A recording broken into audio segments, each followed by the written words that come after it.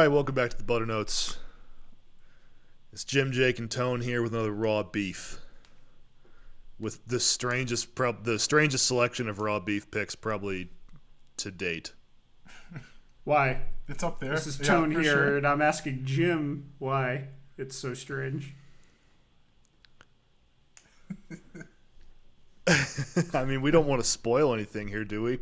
But we're gonna go from like we're getting the full hormonal spectrum on this episode today. We're getting all hormonal extremes. That's a good way to put it. Yeah, that's a good way to put it. Starting off with a nice heavy dose of testosterone, we're gonna do "Hail to England" by Manowar from 1983. 83 or 84? 84. Yeah. I should probably start remembering those years. There was a discrepancy when I read this that I don't know, but the most solid date I could find was 84. Yeah, I mean, the details surrounding these Manowar releases are roughly in sync with the production value. So it's not terribly surprising in the music to find itself. some inconsistency. All right, full disclosure, I love Manowar. This is a great Manowar album, and I don't think it would be the same if it sounded good. So let me ask you before we start, is the version of this that you boys listen to, does it have like studio chat at the beginning of like every single track? Where they're like, take one. No. Like the version I heard had that at the beginning of every song. Where did you? What did you listen? You managed to listen to even more low rent version of this. It was definitely the album. Like it sounded. It was obviously the album. Like it sounded good. I mean, it sounded like what I knew it was supposed to sound like. It must have been like some reissue or re-release or something. I mean, I would have preferred not to have like the studio talk at like starting every single song off. It was probably some reissue. I should probably I want to like get a better digital copy of this, or I'd actually like to get an LP copy of this because it's the kind of album that would be good to listen to on wax.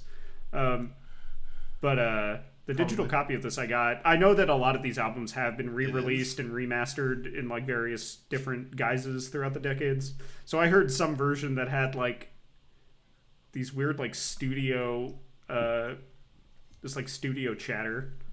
So I was just wondering if that was every version. I didn't think it was. I just YouTubed it. Another thing about this album cover easily enough. So that's where I was listening to this. Another thing about this album cover I read about. What about the album cover? One thing about this album cover I read about on Wikipedia. It's called "Hail to England," but the flag is not the English flag. It's the United Kingdom flag. Which I'm absolutely certain the dudes in the band didn't know that. Yeah. The flag of England would be the Red Cross, I think, on the right? white, yeah. Yeah. So, and this is the Union Jack, which is the flag of the United Kingdom. Yes. United Kingdom. Correct. Yeah, I mean that just kind of supports the cheese. I think that's an important detail, and it wouldn't be right if they got it right. Because one, Manowar are Americans, and fuck the English. Who cares? Hot take. Half your albums you picked for this series have been from the UK. I disavow. I agree, but privately I disavow. Manowar are good Americans who are refusing to acknowledge the transition of power on the island over there. Every country in the world belongs to America. That's right. There's no rhyme or reason to anything with Manowar. It's just pure id. It's just pure like masculine id. There's no sense in trying to make sense out of it. Base and primitive. It's base and primitive. It really is. It's like Manowar is like the aesthetics are totally heavy metal, but I feel like so much of Manowar is like more comparable to like black metal because it's lo-fi. It's like really, it's like kind of self-consciously like amoral. in a way that like I feel like is hard to compare to any other metal bands other than like extreme metal bands, which is something that I really like about Manowar. And by amoral, I don't mean that it's amoral. like Amoral. What do you mean there? Yeah, I don't mean that it's like trying to like promote fascism or anything, because it isn't. But like, there's no regard for like any kind of broader like discussion of anything serious. Like, there's no regard for like morality. It's like just all about war and battlefields and like a lot of sex, a lot of like violent sex in Manowar. It's really stupid. I disagree here. It's really stupid and masculine. I disagree because of Black Arrows, because of the moral injunction raised in the beginning regarding false metal. It's a specifically moral album. Could a civil society tolerate? I've never heard. Could a civil society tolerate those who play false metal? Probably not. So I guess you're right. Dude, the screeching after he says that bit is insane. It's like the actual... It's a guitar? The guitar? No, I'm pretty sure it's the dude. He like yells. He goes, "Let a black arrow strike the heart of those who play false metal." And he goes, I was pretty sure that was a guitar. I just listened to this like a half hour ago. It's the guy screaming. I don't know. That's what it sounds maybe we listened to different versions, because apparently there's a bunch of different versions of this album floating around. But I also think there's kind of a pump. Yeah, I mean that's pretty much it, man. I mean this is quintessential power metal. This actually isn't really power metal. It's too slow. This is something that really because I'm not sure I agree with you on that. I'd never really heard Manowar that much before listening to so far I've listened to the first 3 Manowar albums, and they're pretty much just heavy metal albums. They're too slow. The tempo's too slow for me to consider it power metal. But at the same time, most power metal I know is Euro power metal, and US power metal is considered different, but I'm not that familiar with US power metal, so maybe this is more in line with that. But I feel like the tempo of most Manowar songs is way too slow for to call it power metal. It sounds more like heavy metal to me, just like traditional heavy metal. I was expecting something faster. I definitely agree with that. But yeah, I don't have enough of a reference point to make the comparison. In all fairness, I don't either. I don't really have much of a frame of reference for that, but aesthetically, it's quintessential power metal. In terms of the aesthetics, just with the lyrical content, the album cover, yeah. I would maybe call it proto power metal, because this is pretty early, and power metal hadn't really formed into a concrete thing yet in the early 80s. Like Iron Maiden too definitely has the aesthetics of power metal, but isn't really a power metal band. Right. Mm-hmm. Yep. I agree. Who are they calling out with the fake metal quote? I'm curious. They talking about Metallica or like who? They're just being fucking stupid. Doing this, or is it just cheese? It's just cheese. Like, don't question it too much. I mean, I don't know. Is the best way to approach this music, in my opinion. Fair enough. They had to have something in mind, though. I don't know. I don't know, man. I can't think of anything that would have been out back then that metalheads would screech about today. You know what I mean? Like, I'm just not sure they had much to pull from. Yeah, like also, in terms of false metal contemporaries. I guess maybe like the glam bands. They barely existed yet at this point. Yeah, this is right in the mid '80s. So, what Metallica was out at this point? Kill 'Em All just came out. Okay. That's it. So that's why I said that's the only band I think they could be. I mean, one of the only bands they could be talking about. I don't think Kill 'Em All would be false metal by any metric. I don't think they're trying to call anyone out. I think they're just. I don't know. I wouldn't question it too much. Being dumb. That's totally possible. The other thing that I gravitated to, I listened to multiple times and would just repeat the track over and over, were these vocals on the second track. I can't think of the name of it. But if anyone's ever seen It's Always Sunny in Philadelphia, it's the episode where Mac, Charlie, and I think Frank, well, all of them, they're trying to start a band and they keep kicking each other out of the band, and then Dennis goes into Charlie's apartment and they start singing the Dayman song, and Dennis does those like screeching 80s vocals while Charlie's playing the song, and there's like that vocal line in the second track that sounds exactly like it. All told, I mean, this album it's smut, but I was thoroughly entertained, and that's all I can ask out of music, and I ended up giving it a 4 out of 5. So there's no complaints from me from this. I had a great time listening to it for what it is. It's similarly with Invasion of Your Privacy by Rat. I had a good time listening to it, and that's all I could ask out of it. I like this a lot better than Invasion of Your Privacy. I agree. For what it's worth. Yes, I also do. I mean, this album is like and unfortunately, I also was reminded of that bit from Always Sunny. I don't want to have that association, but I did.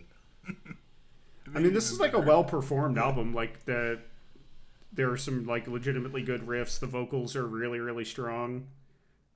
He's hitting the notes. The bass playing, I think, is really good. The rhythm, like I think all 4 of the band members are like. I think it's good music. It's not particularly complicated music, obviously, but it's not like it's like a shitty album that you only enjoy ironically. I think it's a legitimately good heavy metal album. I'm inclined to agree with that. I felt woefully inadequate listening to this. When I was listening, I could feel all the testosterone leaving my body and being transferred to wherever the vocalist lives currently. I don't. This album is like the most masculine, like testosterone chest thumping album. One of them that I've ever heard. Yeah, this just makes you want to crack skulls, man. I just want to participate in medieval warfare when I listen to this stuff. Yeah, Eric Adams, the vocalist, what a chad. Absolute chad. Wearing the one piece on stage. Oh yeah, there's some great photos. Look at this album cover. You got the look at this album cover. You got this fucking jacked looking like Viking dude with a satanic belt buckle over his loincloth. Which is all he's wearing, except for some gauntlets and some fur boots. So yeah, thematically, this is the Viking invasions of England, right? I mean, that's what they're going for. Maybe. I didn't get that far. Did you get that far? No. Yeah. Well, there's like the line. I can't remember the track. I was reading some of the lyrics, and the lyrics were like, we set sail onto the shores of England, and we were born here, and now we return, and just talking about the Valkyries flying and stuff. It definitely has a Norse. You guys should definitely check out the lyrics. I'm pretty sure this is. I at first I thought it was strange that it was a Norse. It was like the Norse imagery, and he's holding a flag of England.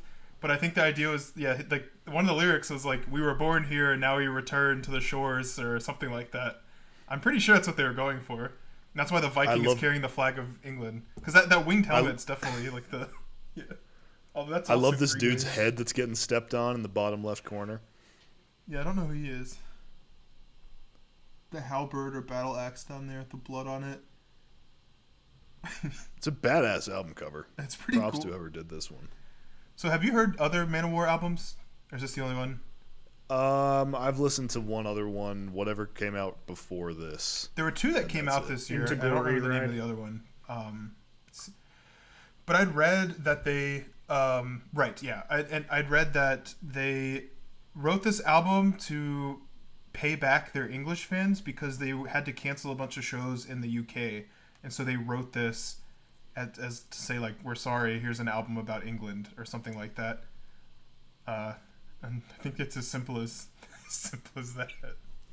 That makes sense. I totally believe that. Yeah, I read that too.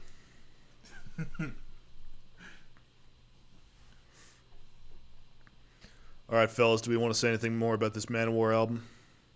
It's ineffable. It's a badass heavy metal masterpiece. I really can't say anything else about it. Yeah, just want to go lift weights and start training the sword.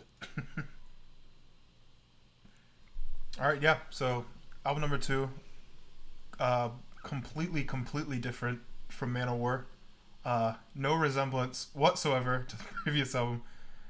We have Kraak and Smaak, Juicy Fruit. Now, this is a pretty obscure group. It's really difficult to find stuff like reviews and things of them online. I don't know how. Maybe they're more popular. So they're from the Netherlands, and maybe they're more popular in Europe. I'm not sure. But I found this group back in like 2015. I was just on YouTube and found some like deep house playlist and would listen to it while I was hanging out. And Kraak and Smaak song came on, and it was like a remix of one of their tracks, and it was just this really really cheesy house song, and I thought it was really good. So I just started following them, listening to their stuff, and then this came out about a year later. And I think somebody on Rate Your Music perfectly summed it up. This album is like the perfect kind of late night pick me up. It's really mellow, down tempo. Definitely has all the disco elements in it, but there still retains some of that like housey stuff that goes on in it. I think the vocal performances are great. The production is excellent on this, and honestly, the second half of this album completely slaps. There's some of my favorite pop songs of all time on the second half of the album. Yeah, the last tune on here was my favorite. Private Moon? Yes, I'm talking about Private Moon. Yes, that was my favorite tune on this one. So I really liked this, but I could have done without the vocals, to be honest. Really? I'm not sure they were doing much for it.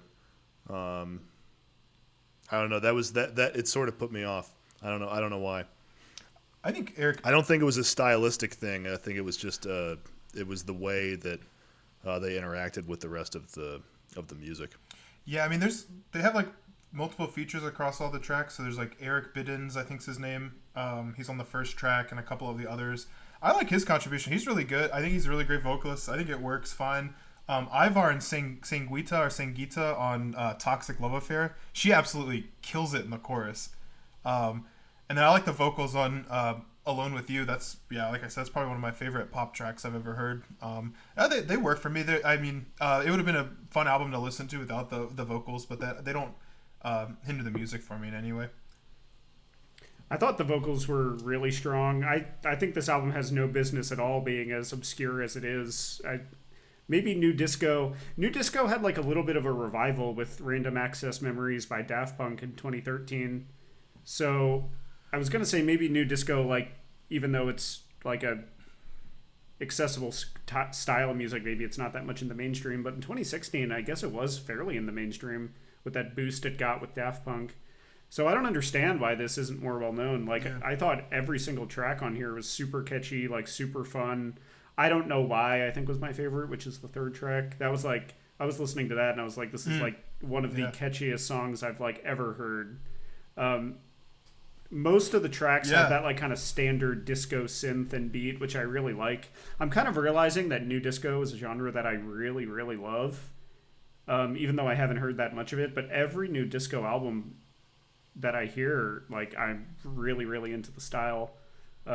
We'd already talked on a previous episode about Todd Terreja, which I love that album. I love Random Access Memories. Most people have heard that, and I love that album. And I loved this one. I thought that this was like superbly produced, and I thought the vocals were strong too. Super fun, danceable, catchy, like a huge pick me up, like a serotonin shot. This album was, which is what it's trying to do, and it succeeds at that. Mm-hmm. Yeah, but it's also very mellow as well. It's not super bright or anything like that, but it is an uplifting album. Kind of, if you're kind of like down in the dumps or something, you put this on and it kind of uplifts you. So it's really nice. Another new disco album that I've listened to that's really good is Fever by Kylie Minogue. I think it came out like the early 2000s. That's a really good new disco or new disco adjacent album. But yeah, this album was basically the soundtrack to my like 2016 and 2017. This was basically whenever my friends and I would go out to the bar, we'd come back and chill and put this on. So I've probably listened to this like 70 times in the course of my life. So I might be in their top 1% of listeners. And I really, I think these guys deserve more recognition because they're excellent producers and they write really remixable songs too. So a lot of the remixes to these tracks are really good too. In fact, the track that where I discovered them was actually a remix of one of their original tracks, and I thought the remix was actually better than the original. And so I don't know, this stuff, it kind of surprises me that it's not super. Oh, I mean, not necessarily super popular, but just more widely known. Maybe it has something to do with they're from the Netherlands, but I don't know. I definitely have a penchant for picking obscure, lowly rated, pleb filter Dutch albums for some reason. So holy shit! Yeah, this is the second one of those. But this one's good. Yeah, I like this one, man. I don't want to give the wrong impression here. I enjoyed this. I enjoyed this thoroughly. Maybe I need more listens, but there was something that put me off with the vocals. I recommend that's really my only big criticism of it. Yeah, this is always I think this is a great album to listen to if you're like by yourself. You got some it's really good as background music. It's also great walking music. Like you ever take a walk at night or something like that. This is excellent to put on. I think this is like very well much as like a set and setting album. Like you can kind of improve or enhance whatever you're doing. But it's also great to listen to in a sort of solitary context as well, I think. You can walk like SpongeBob in that sequence where he's walking to the disco music. You know what I'm talking about? Great shout. Yeah. This was the kind of music that I could imagine like if you're like hanging out with people and like you're like doing a Spotify queue, you're like passing a phone around like putting songs on a Spotify queue. I could this was like the kind of album I could imagine like throw any song from this on there and like no matter who you're hanging out with, people will like it's safe to put on in like a social setting like that. Yep, and that's where I got most of these listens was just hanging out with my buddies and having it playing in the background on the TV. A lot of good nights. It really is surprising this doesn't have more recognition. I mean, I would have thought this coming out in 2016 would have been the perfect time for this to catch on. Yeah, I don't know if that genre is just oversaturated or something, but yeah, I don't know. It's hard to say. Promotion and money and geography has a lot to do with it. Promotion and money and geography has a lot to do with it. Yeah, absolutely. I would expect geography to have less to do with it these days, but I guess it still does make a difference. Like it kind of has to catch on in a big way in its home country for it to escape in a big way. Now, maybe nowadays. Yeah, and I don't know, but like yeah, you're probably right. At least with like touring and things like that. I don't know what like the Dutch pop scene or the Dutch club scene is like. I imagine it's probably pretty active. It's Amsterdam and whatever. So yeah, I feel like geography wouldn't be an obstacle for this. Netherlands and Belgium are huge for like house music. That's like the club scene, from what I understand. So this might be huge over there. I mean, the music video for "Alone with You" has 210,000 views. So it's I don't know. Maybe it's just like you said. It's kind of playlist music, and maybe people don't consume this album as a full album, and they kind of pick and choose like when they're curating playlists and stuff. And it might be a casualty of that. And that's a great way to kind of like to kind of throw one of these tracks in there. I think it will definitely enhance the playlist, but still surprising nonetheless. I think that's right. I do think it is playlist music, as a lot of house music and like electro funk, electro dance. A lot of that is playlist music. So the album as an entity might be a casualty of that. I think that's probably a good hypothesis as to why this isn't a more well-known album. Probably a lot more people, especially in Europe, have heard this than who may be from it. A lot of people, like especially in Europe, have probably heard this, but just aren't familiar with the album. It probably gets some rotation at clubs over there. Yeah, and especially maybe the like remixes and stuff. That's a lot of artists and producers will lay down tracks with the intention of having them remixed and then put into the club scene, and that's kind of how they gain notoriety. But I can't speak to that in this case. I really don't know much about them. I didn't even see a picture of them. They used to not even have a picture on Spotify. I remember when they had like 1,000 listens on this album, like on each track of this album. It might still have that much. I don't know. But yeah, good for evangelizing it. I'll probably do the same. I mean, it's a really likable album. It's hard for me to picture anyone not liking it to some extent. Yeah, they had one released in 2019 called, I think, Pleasure Center, and it's also a really fun album like this. I prefer Juicy Fruit, but Pleasure Center's good. And then I think it's Chrome Waves or Chromatic Waves, maybe. I can't remember. That's their more like the earlier stuff, like before 2016, I guess, is when they were still doing more of the like standard house stuff, and it's still enjoyable. That's much more playlist music, but I still really enjoy that stuff too. Their second remix version of that album is really good. Their second one, Plastic People, which was from like the late 2000s, was basically like mostly instrumental, like electro funk breakbeat stuff. Are there vocals on every single song on Juicy Fruit? There are, right? No, there's not on Lake Erie, and there's not on Private Moon, the last track. And I find that the ones where it's just Kraak and Smaak doing it without any features are typically instrumental, typically very down tempo and key centric, very minimalistic compared to some of the other ones. And I find that I enjoyed those a lot as well. So like James said, I definitely agree that this album could be done without vocals, and it would still sound really good, I think. But I'm glad that they are. I mean, I do like the vocals, especially like Toxic Love Affair. That song absolutely slaps. So real quick, is this two dudes? I think it's three. I think it's three. Okay, gotcha.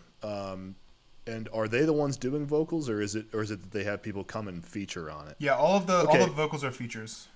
I'm wondering if it's a consistency thing for me then, like just why are there vocals on some tracks and not on others? I don't know. I'm having a hard time putting it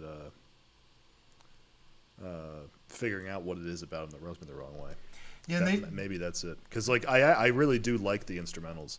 They're really good. It's like Anthony said, it's kind of impossible not to. I mean, this is just infectiously positive music.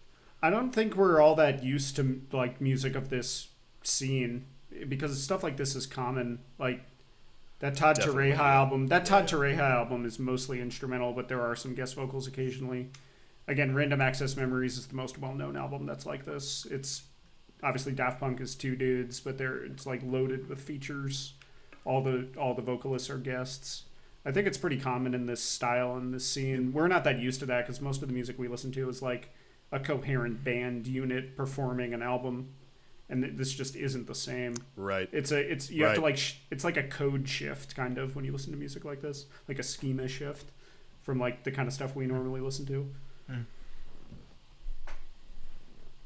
Yeah, I think that's probably onto it. Yeah, I mean, I barely have anything to compare this to. Really, it's funny. The only two things I would have this to compare this to are that Todd Terreja album, which we just did for another Raw Beef, 6 months ago maybe, and then that Daft Punk stuff that came out, like 2013? Was that when that was huge? 2013-ish, 2014. 2013. Thereabouts, yeah. Yeah. That's. I love this stuff. I'm not going to claim that I have a wide knowledge of this stuff, but I really like it. I'm going to have to like make artists of this style a more consistent part of my rotation. Well, I wanted to give a shout to Mr. Suicide Sheep on YouTube for procuring absolute bangers of playlists and introducing me to this stuff. I was listening to the playlist just before we were recording, man. That stuff's so much fun to listen to, and he does a really good job of procuring the playlists and making an enjoyable experience out of that. So I want to give that guy a shout. I remember when he had like 5,000 views on his channel, and now he's got like 2 million or something like that. So he probably doesn't need me to shout him out, but I'll do it anyway. Introduce me. Let's get him on the podcast. We'll have an episode with him and then that Dutch guy that also liked Dona Nobis Pacem. Yeah, just be me and those two guys. We'll do a spin-off episode. Mr. Anti-Beard Kid. The bane of the beard kids. Yeah, I didn't even think about this as being a not widely known Dutch album with poor ratings on Rate Your Music. Done that twice. I think is this rated higher than Dona Nobis Pacem? By almost a point or a tenth of a point. Yeah, it's like oh fuck. Dona Nobis Pacem's a 3.2 now, and this one's a 3.29, I think. All right, no worries. We can change that. This isn't really poorly rated. It's just not very widely rated. How many ratings does it have? Like it was definitely under 1,000. I think significantly under 1,000. 40. It has 40 ratings. Well, Dona Nobis Pacem has like 15. So I honestly think Dona Nobis Pacem could get up to like a 3.4 or 3.5 if more people have heard it. I definitely believe it. If people unite the beard kids, if people like that In Disequilibrium album, there's no way they wouldn't like that. You just got to unite the beard kids. Apparently, they're the ones holding it back. If you can somehow unite them under the banner of Van Leer's Catholic music, then do it. Make it happen. Are we doing an anti shout out for that? Are we doing an anti shout out for that Peter Hamill Sealder's Bane album? I don't like that album very much, but it's not good. We should talk about that some other time. I haven't heard this. I haven't even heard of it until today. It came out last year. I listened to it then, and I was like, "This isn't good." And then I listened to it today, and I was like, "Oh shit, it's even worse than I originally thought." Yeah, it's bad. Peter Hamill is kind of. Peter Hamill, I love your stuff. It's just it wasn't a good one. Peter Hamill will basically. Who's Sealder's Bane? They're a progressive rock band. I think that got started in the '90s from the States. I don't really know their stuff. I haven't heard of but they've done 2 albums with Pete Hamill so far. The first one is good. In Amazonia. I think they go back to the '70s, don't they? They might. Is Sealder's Bane? I think they go back to the '70s. I think they're old.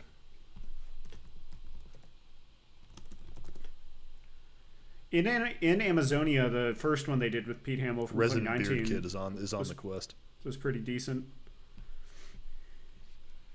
That one's fine. Yeah, I definitely agree. This one, I think I described that as random bleeps and bloops with grating vocals. It's not good. There are moments where like it slows down and then there's like electronic parts and it sounds pretty cool and then it just I don't know, it just opens up. There's like no direction to it.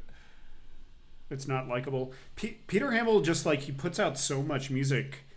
He just like I don't think he's kind of an everything but the kitchen sink approach with that guy and always has been since the 70s.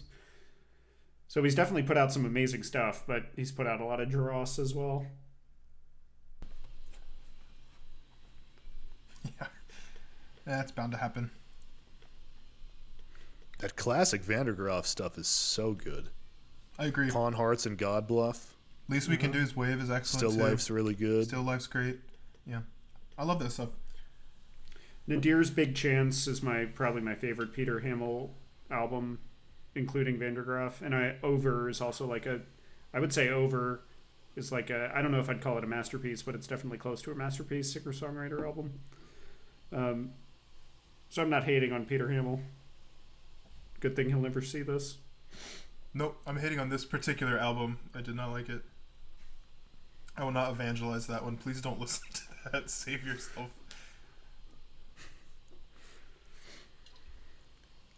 Well then, should we move on to the last one? Let's do Big it. Kahuna? Okay. The Is this the Big Kahuna? You tell me. Whatever the energy is on Manowar, this is the opposite of that. And it's not a value judgment, just an aesthetic observation,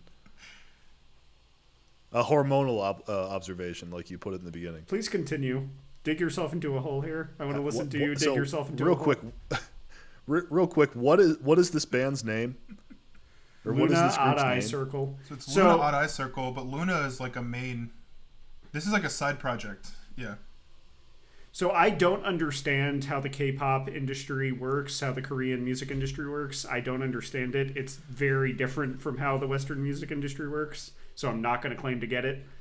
But Loona is like this 12-piece girl group that was formed by some company, and basically like there's the main Loona, which is 12 girls.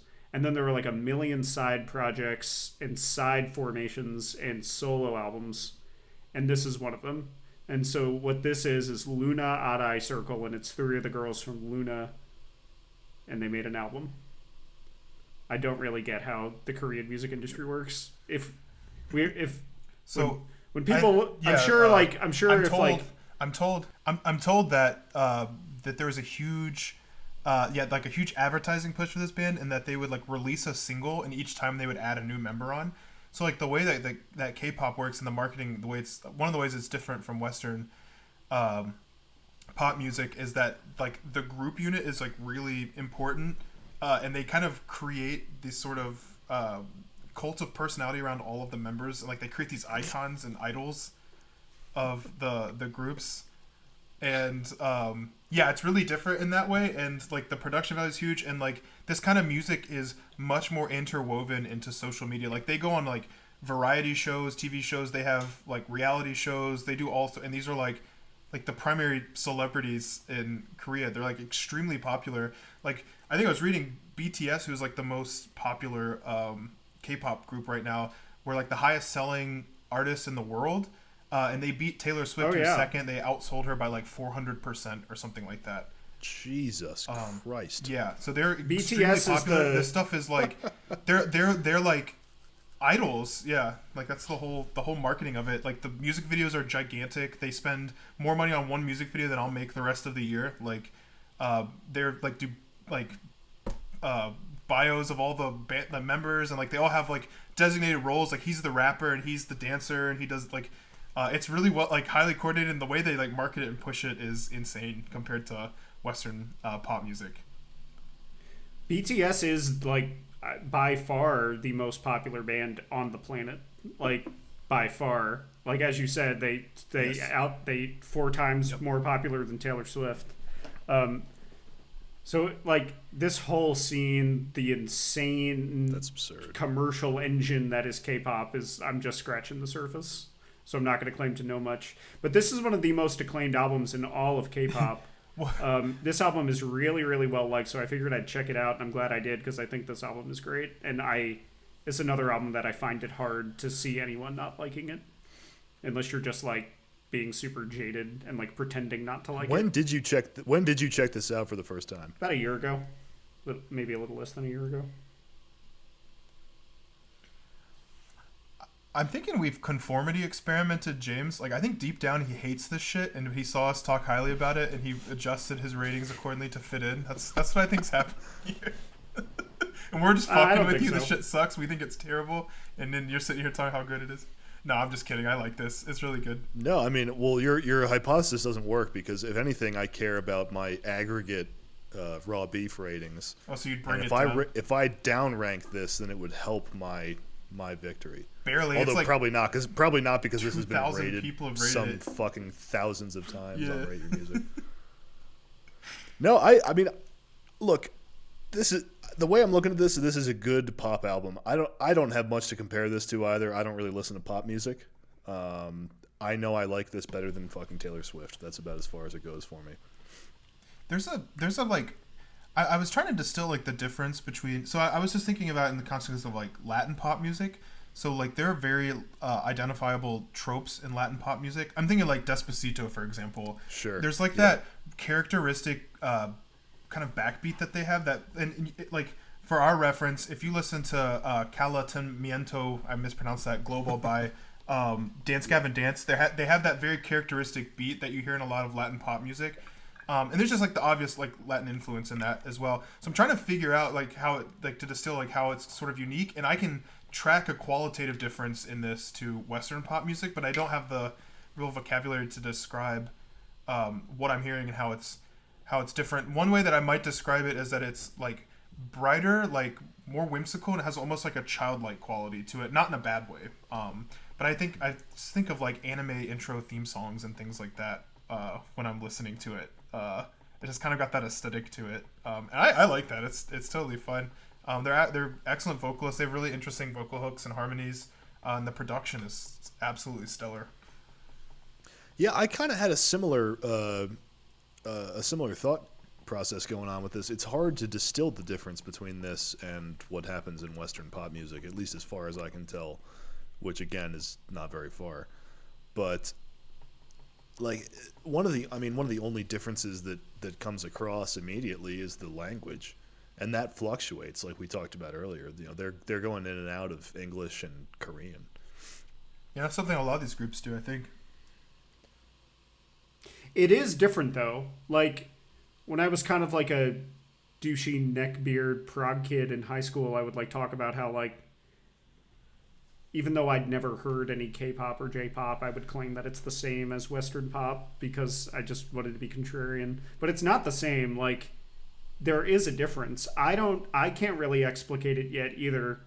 I would have to listen to more Asian pop music and more Western pop music to really develop a vocabulary for describing the difference, but it is different. Like I think it's undeniable that it is distinct in some way. Yep.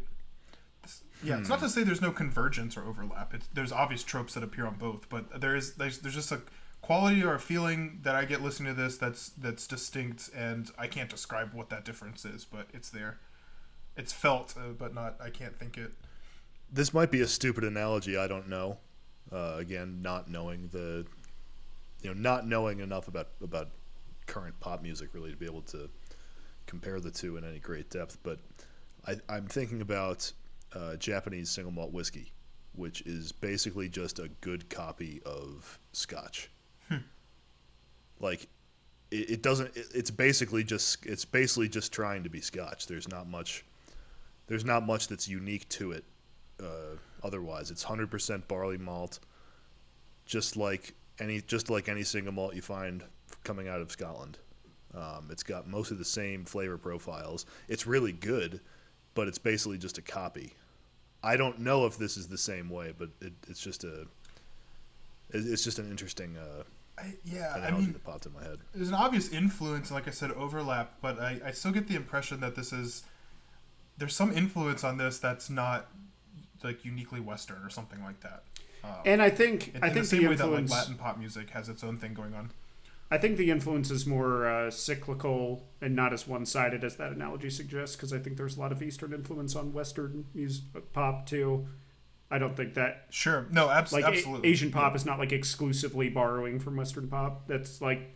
that. And James didn't mean it this way. He was just like trying to think of an analogy. I'm not saying that. But my problem with that analogy is that it would imply like a very Western-centric view of how this music developed, which I would speculate very intensely is not really that true. Now, the presentation and marketing of this music is completely different, and it's obvious to me how that works. I mean, I've spent many of my hours after work watching dance videos because my significant other likes this stuff a lot. She was in like the top 1% of BTS listeners on Spotify, which is insane considering how popular with that much reach, she's in the top 1%. Less than top 1%, yeah. Like within Jesus Christ. Yeah. Yeah, she listens. Fucking super fan, dude. She listens to a lot of it. Yeah. She loves this shit. And so I've spent a lot of time listening and like watching like the like reality TV stuff they do. They have all sorts of like spin-off shows. Some of these people even go in, I mean, I guess like Western artists will do it too, go into acting and stuff. So they'll be on like Korean soap operas and dramas and shows and things like that. And it's really like, it's just like interwoven into their media, like it's in social media. Like, I mean, Taylor Swift is incredibly recognizable, but she's not integrated into like the social media in the way that these artists are. It's just a whole different ballgame in the way they market this stuff. Maybe I'm too much of a boomer to really understand this. I don't know. It's a phenomenon, man. It's crazy. Yeah. It's good stuff. I have no qualms with it. I enjoy this. Yeah, it's really fun. That being said, I mean, like I said earlier, as far as pop music goes, I like this more than most. But I don't have much of a frame of reference for it. I honestly I've listened to this album quite a few times now over the past like 9 or 10 months. I've probably listened to the album, and it's only like 25 minutes long. It's 8 tracks, but one is a remix and one is an intro, so it's really only 6 songs, and they're all like 3.5 minutes long. So I've listened to this album probably like, I don't know, 11, 12 times total in full. Some of the individual tracks I've probably listened to like 15, 16 times. And I can't find a flaw with this album. Like, I can't, if you just approach this on its own terms, which is how you should approach any art, I can't find a flaw in it. Like, there's not a single hook I hear where I'm like, oh, that hook isn't really working. That vocal isn't really hitting me properly. That the production is off here. The beat is weird here. Like, I can't find anything wrong with this album. Like, I can't do it. And I think a lot of people have that opinion, which is why it's so good. Like, it's just like... Isn't that... It's like pretty much a perfect album. Is it like Beethoven's Ninth Symphony or something? No, but that's not the right schema to approach the album with. Sure. Well, right. I mean, isn't that what pop music is? It's basically just like perfect, sort of perfect music for anybody to pick up and listen to. It's but there's popular music. There's so much shitty pop. Like, you listen to like a lot of the hits, and there are good pop hits in the States. Like, I'm not decrying all of it. Like the other day I heard That's What I Like by Bruno Western Mars. pop music does fucking nothing for me. Bruno Mars, I like Bruno but Mars. But every once in a yeah. Respect him. Like the Silk Sonic stuff is really good. I've heard that Silk Sonic stuff. That's it though. Yeah, like I was at a restaurant the other day, and That's What I Like by Bruno Mars came on, and I was like, this song is really fucking good. Like, this is super catchy. Like, it's very visceral whether or not pop music is good. Like, I hear a lot of shitty pop, and I'm like, this is super annoying. This is banal. This is like making me angry. Like, this is like, fuck this. Like, I get like a very visceral negative reaction to shitty pop music, but I get the opposite with good pop music. It's very visceral.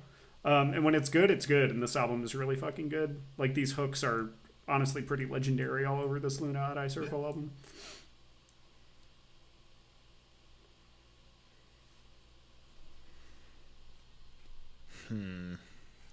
James doesn't know what to think about it.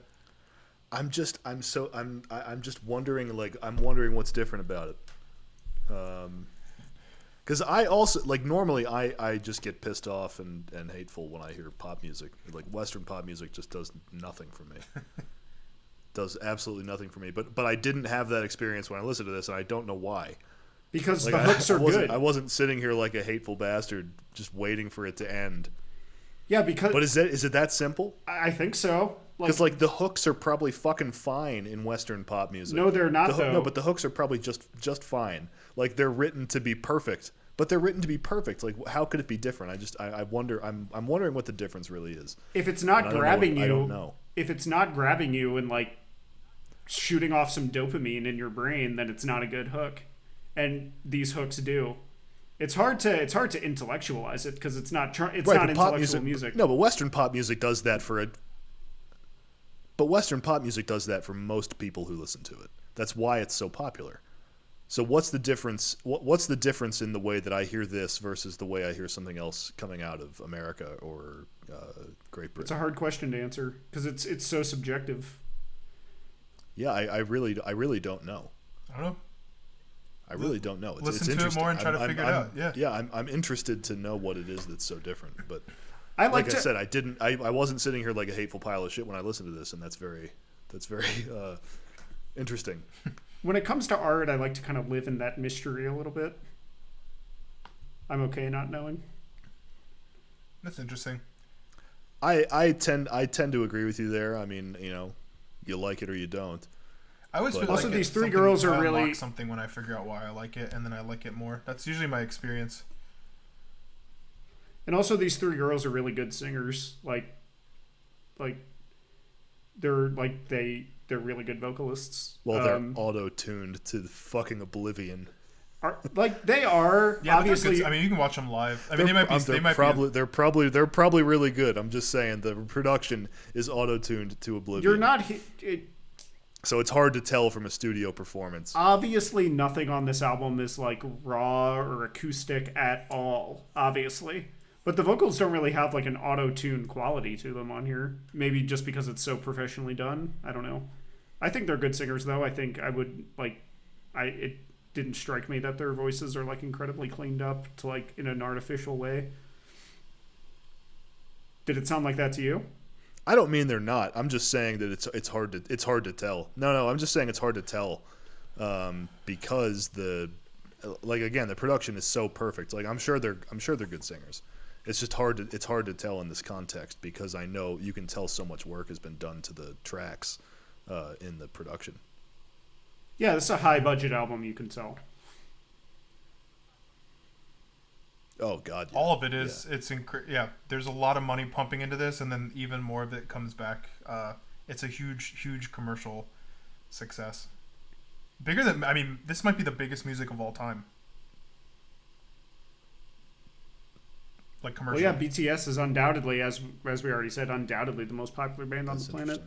I think some people have argued that if you just look at the money or look at some kind of metrics, BTS might be the most popular band of all time. I don't know how objective you can be about that. In my opinion, you probably can't be totally objective about that question, but This is without a doubt at least some of the most popular music that they certainly has have ever existed. A greater reach. I think they have a greater like imminent reach than any band at any point during their like active period or something. Like Dark Side of the Moon was a phenomenon, and it continued to be for long after it was released, and it's still in the public consciousness. But they didn't have the kind of reach that BTS currently has with social media and like music videos and high production costs and all of that. So just a huge like media machine pushing them.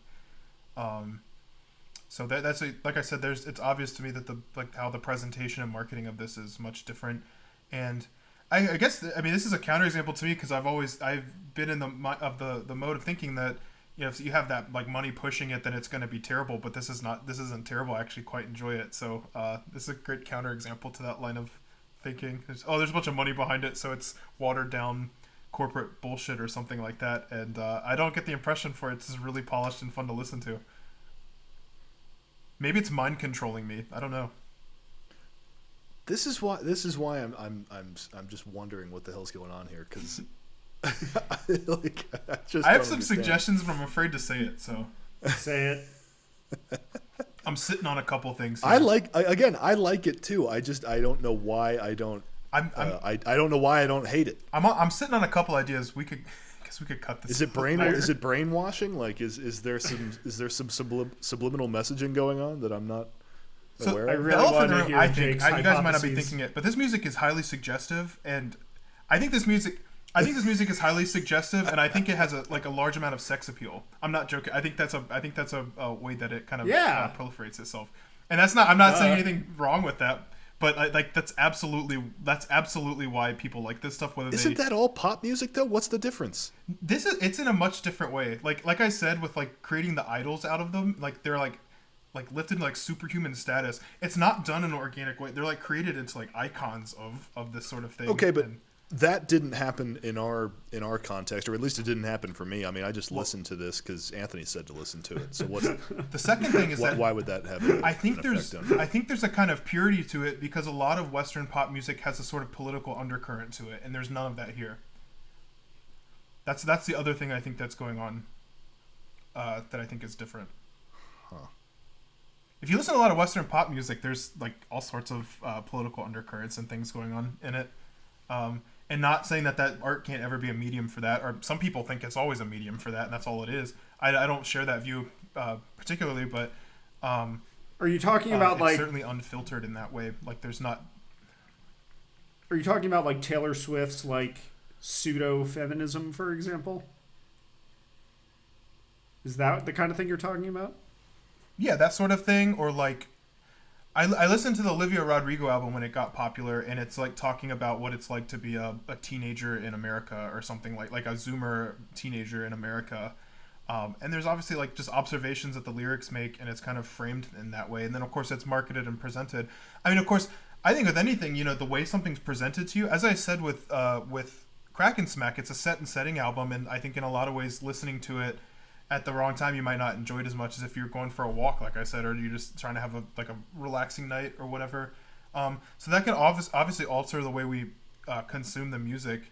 But here, there's no. I don't think there's any message to it. There's a purity to it, and then of course, like I said, I think it's suggestive in a way. But I don't necessarily see that as a bad thing.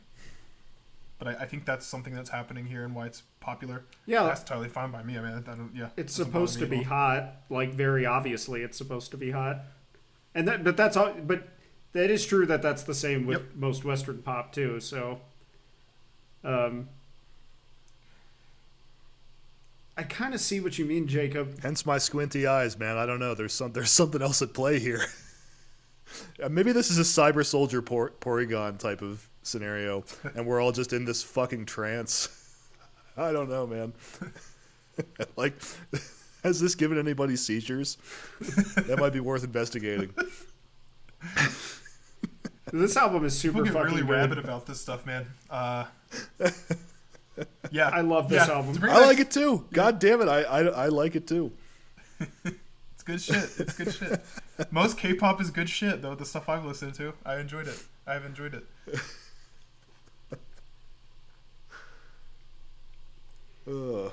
Okay, should we rate these things?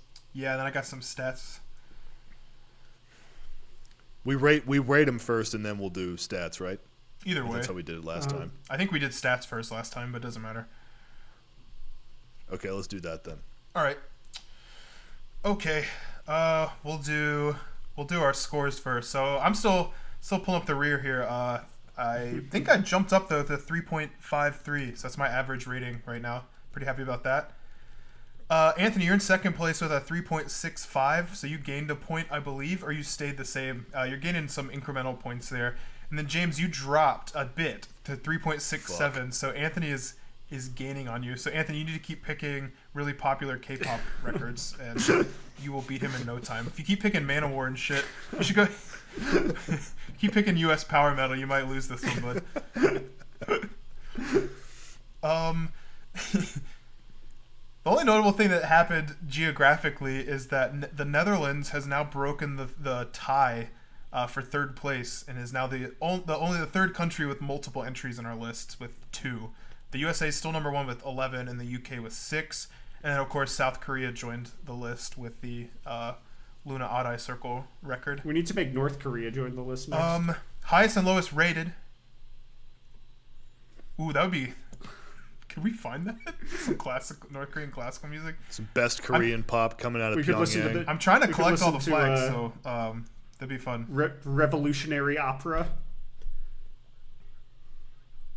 It exists. Let's see. Top 5 highest rate. So Max and Match is now number 3 in the highest rated. It kicked out Immunity by John Hopkins. So it's now number 3.